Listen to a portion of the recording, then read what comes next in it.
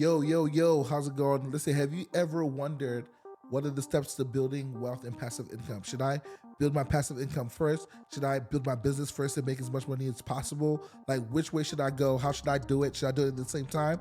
Well, I'm going to get into all of that and more in this episode. We'll give you step by step how you should get that dough. Let's go.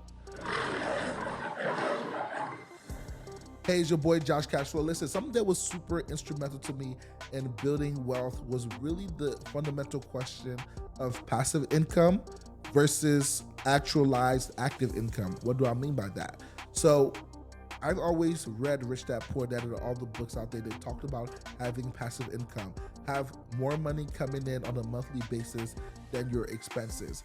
And in the beginning of my career, I did a lot of stuff where I made a lot of active income, where I'll make large sums of money up front, through real estate and other business deals and business ventures. And then I would try to buy passive income as I go along the way. Now, one thing I've realized over the years, and my mentor told me this, he said, if you're not making at least $50,000 a month, passive income is not your problem. So that's the benchmark I'm going to set for you. If you're not making $40,000 to $50,000 a month, at minimum $30,000 a month, passive income is not your problem.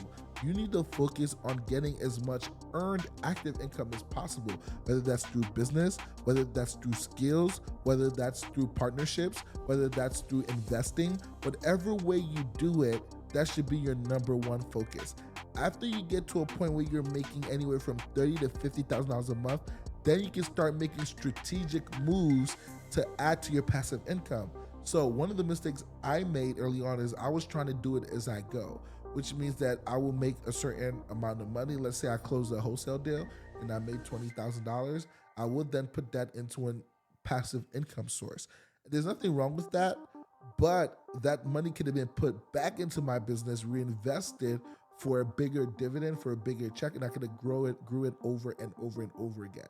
So if you're somebody who's thinking, okay, what should I do first, passive income or active income? I will tell you to focus on making as much money as humanly possible. And as you go along the way, then you can invest with this caveat.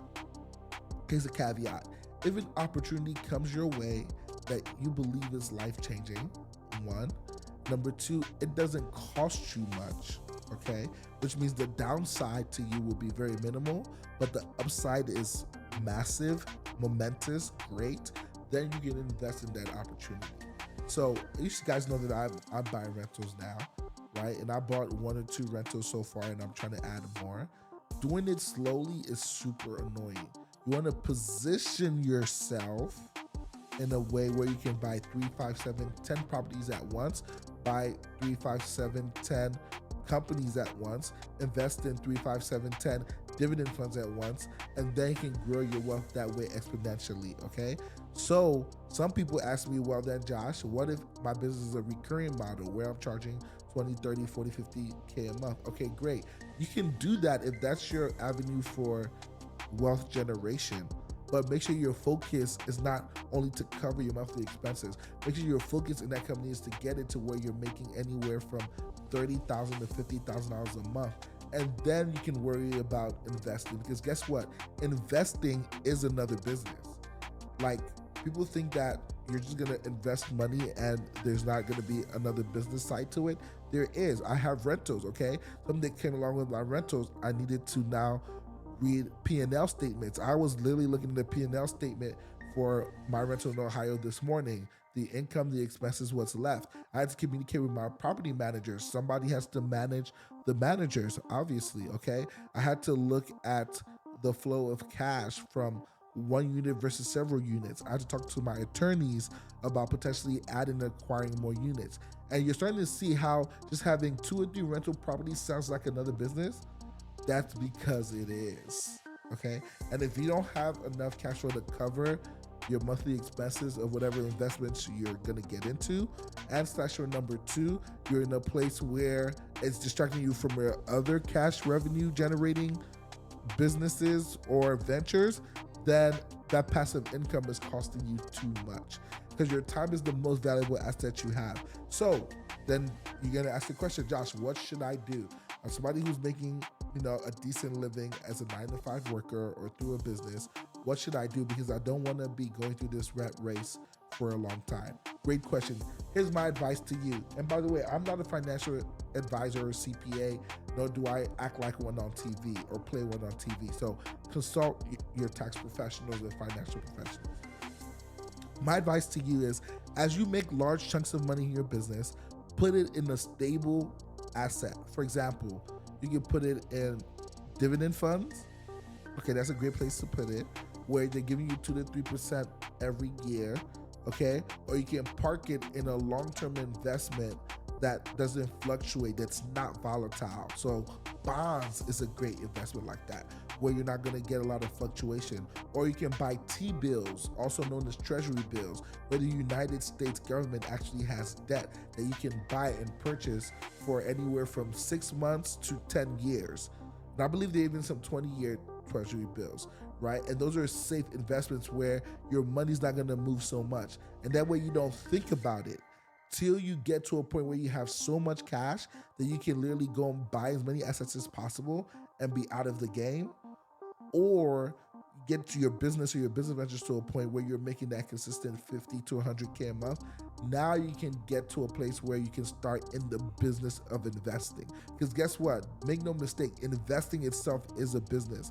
And you're not going to be successful in passive income or investing until you achieve scale. So if you're going to be scaling your passive income, guess what? That's a business that you're scaling. Well, are you going to bring in debt? Are you going to bring in partners to scale, which is a great way to scale when you're doing these passive income? Now you have to be responsible for managing the income from your partners, reporting it, keeping everybody accountable, and then making sure that the numbers work on a month-to-month basis. Are you guys starting to get the picture of the other side of somebody who's actually going through it right now? So even though it's not stressful because I have team members and property managers, and I'm not managing these properties myself, is another thing that you have to think of. So what I would advise you to do as you're building wealth, I always believe in assets, okay? If you're gonna ignore me and buy assets anyways, buy assets that you don't have to think about. It doesn't occupy too much of your headspace. Real estate is one way. Dividend ETFs is a great way. I like Vanguard. That's what I use for my long-term stock portfolio and holdings. And TD Ameritrade, of course, is a great one as well.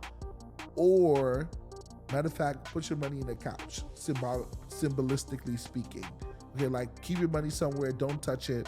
Not a savings account. You want something that's a high yield that gives you great returns back. So a treasury bill is a good one you can use. A T-bill right now is giving out great interest. And then you can keep your money safe while you think about what you're going to do with it. You're getting more knowledge and you're scaling your cash flow businesses. So on that note, guys, that's the advice I have for you. That's how you want to build wealth. Okay, first, focus on making as much money as possible. Then you can buy your assets all at once when you've got to that point where you're comfortable doing so. If you choose to buy it along the way like I have, like, you make this money, you buy real estate. You make this money, you buy real estate, or you buy trucks, or you buy assets like I did. You can do that, just to understand the headaches that will come with that and being more actively involved because you have not achieved scale.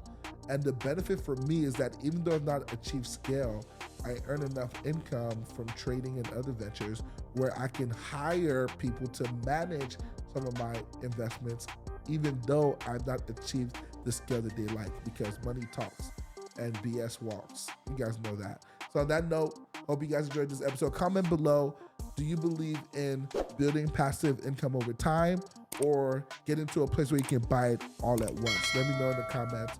I'll catch you on the other side. Peace and love.